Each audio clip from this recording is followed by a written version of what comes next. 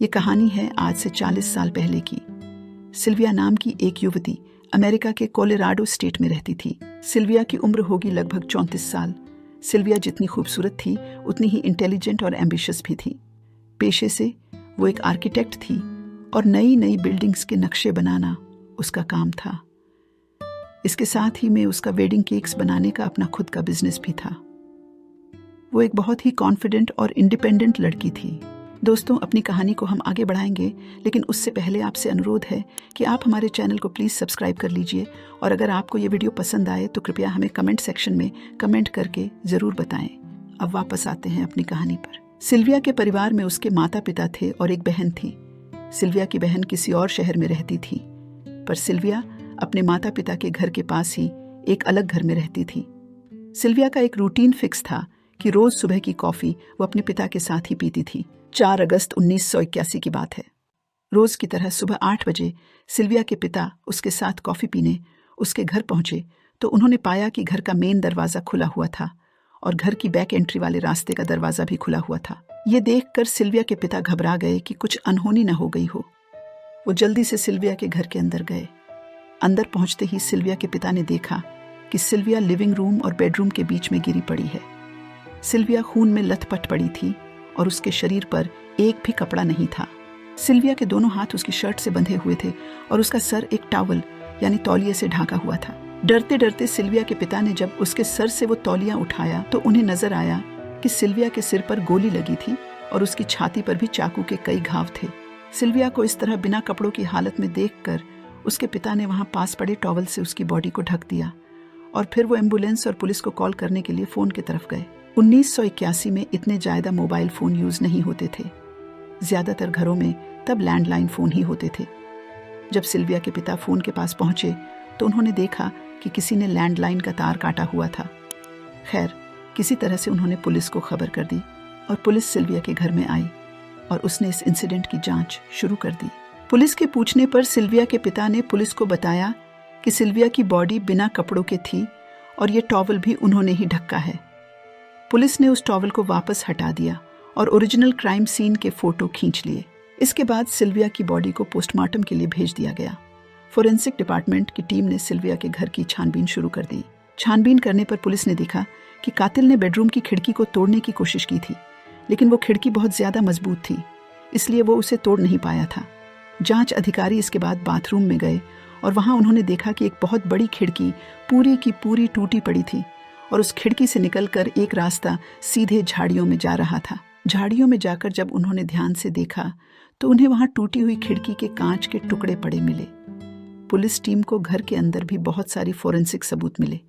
हालांकि सिल्विया की body drawing room और बेडरूम के बीच में फर्श पर मिली थी, लेकिन सिल्विया के बेडरूम में बेड पर बहुत सारा खून फैला हुआ था। उसकी पूरी बेडशीट, पिलो कवर्स और डोरमैट सभी खून में लथपथ थी। पुलिस को बेड के पास पड़ा हुआ खून में सना एक चाकू भी मिल गया था। अब ये चाकू, सिल्विया की बेडशीट, सिल्विया का पिलो कवर, बेड के पास पड़ा हुआ एक ऑरेंज कलर का रग, वो टॉवल जिससे सिल्विया का मुंह ढका गया था, ये सब अहम सबूत पुलिस को मिल गए थे।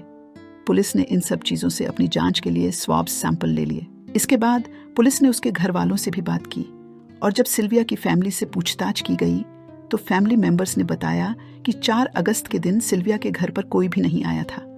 इसके साथ ही पुलिस को यह भी पता लगा कि रात के 11 बजे सिल्विया ने अपनी बहन से फ़ोन पर बात की थी।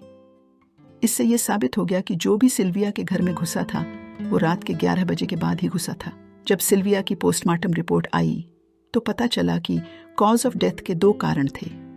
पहला कारण था सिल्विया की छाती पर 3 बार किया गया चाकू से हमला, जिसकी वजह से उसके हार्ट और दोनों लंग्स में काफ़ी गहरी चोटाई थी, जिसमें बहुत ज़्यादा खून बह जाने की वजह से सिल्विया की मौत हो गई थी। इसके अलावा सिल्विया की गर्दन पर एक गहरा लाल निशान था, जिसको देखकर साफ कहा जा सकता था कि सिल्विया की गर्दन घोंटने की भी कोशिश की गई थी। पोस्टमार्टम रिपोर्ट से ये भी पता चला कि सिल्विया ने अपने आप को बचाने की काफ़ी कोशिश की थी और खुद को बचाने की कोशिश में सिल्विया के बहुत से नाखून टूट गए थे। बदकिस्मती से इतने सब सबूत मिलने के बाद भी पुलिस उस वक्त इसके आगे नहीं बढ़ पाई। 2 साल गुजर गए और 1983 में वैज्ञानिकों ने ऐसी टेक्निक डेवलप कर ली थी जिससे डीएनए की बारीकी से जांच हो सकती थी। अब की बार फोरेंसिक टीम को मर्डर के सबूतों में किसी और इंसान का डीएनए भी मिल गया था, लेकिन मुसीबत ये थी कि डीएनए की मात्रा इतनी कम थी कि पुलिस उस डीएनए को उन चीज़ों पर से हटाकर आगे किसी टेस्टिंग के लिए नहीं भेज पा रही थी। नतीजन ये केस एक ठंडे बस्ते में चला गया और समय बीतता गया। देखते ही देखते कुछ और साल बीत गए। टाइम के साथ साथ साइंस ने भी बहुत तरक्की कर ली थी। अब समय था सन 2000 का।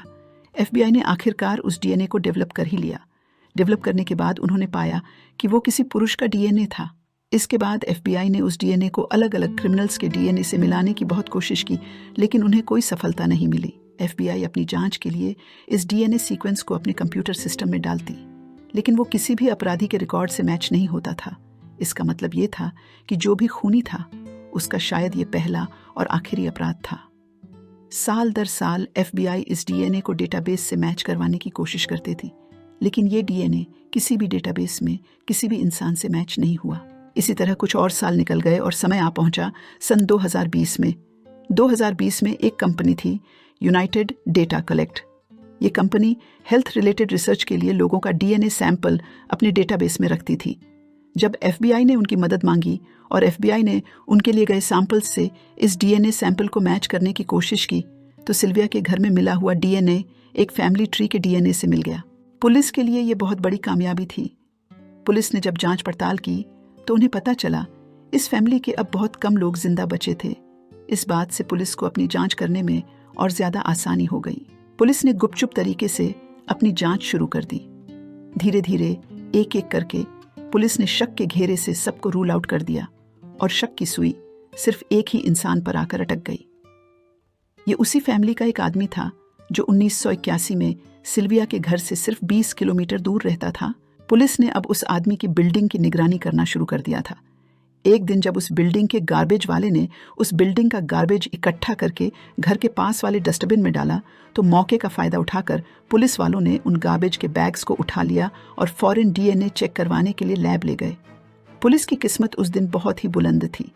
उन गार्बेज बैग्स में पुलिस को उसी आदमी के नाम का एक बिल भी मिल गया जिस पर उन्हें शक था।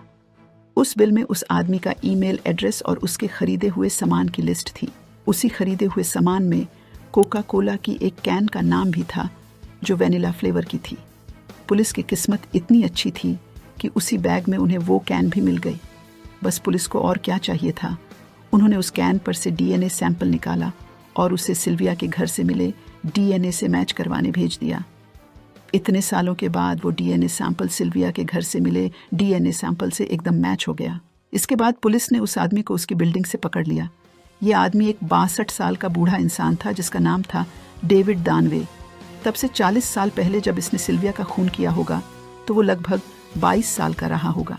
40 साल बाद उसने बिल्कुल उम्मीद नहीं की होगी कि पुलिस उसे ढूंढ लेगी। इसके बाद कोर्ट में केस चला जहां पुलिस ने अपने सारे एविडेंस कोर्ट में पेश किए। डेविड ने कोर्ट में कहा कि सिल्विया का खून सिल्विया के बॉयफ्रेंड ने किया है जो काफ़ी ज़्यादा एग्रेसिव था और कई बार सिल्विया की फिजिकली पिटाई भी कर चुका था। डेविड ने कोर्ट को बताया कि वो सिल्विया के घर सिल्विया की मर्जी से गया था, इसीलिए उसका डीएनए सिल्विया के घर में मिला। उसने कोर्ट में कहा कि पुलिस ने सिल्विया के बॉयफ्रेंड की जांच न करके बड़ी भारी चूक की है, लेकिन ये सब उसकी बहानेबाजी थी अपनी सज़ा से बचने के लिए, क्योंकि फोरेंसिक डिपार्टमेंट को क्राइम सीन पर सिर्फ 2 तरह के डीएनए ही मिले थे, एक सिल्विया का और दूसरा डेविड का। कोर्ट ने 2022 में डेविड को उम्र कैद की सज़ा सुनाई। डेविड ने सिल्विया के घर में जाकर उसका मर्डर क्यों किया, इस बात का कोई क्लियर जवाब नहीं है, लेकिन पुलिस का मानना है कि डेविड यौन मोटिव्स के लिए ही सिल्विया के घर गया था और उसने सेक्सुअल असॉल्ट करने के बाद सिल्विया का मर्डर कर दिया। इतने सालों के बाद सिल्विया को इंसाफ तो मिला, लेकिन उस इंसाफ को देखने के लिए उसके माता पिता जिंदा नहीं थे। इस कहानी से हमें ये सीख मिलती है कि हमें कभी भी इंसाफ मिलने की उम्मीद को नहीं छोड़ना चाहिए, और जो भी इंसान जुर्म करके अभी तक पकड़ा नहीं गया है वो ये ना सोचे कि वो बच निकला है और कभी पकड़ा नहीं जाएगा। वो कभी ना कभी कानून के हाथ ज़रूर आएगा और अपने किए की सज़ा पाएगा। दोस्तों,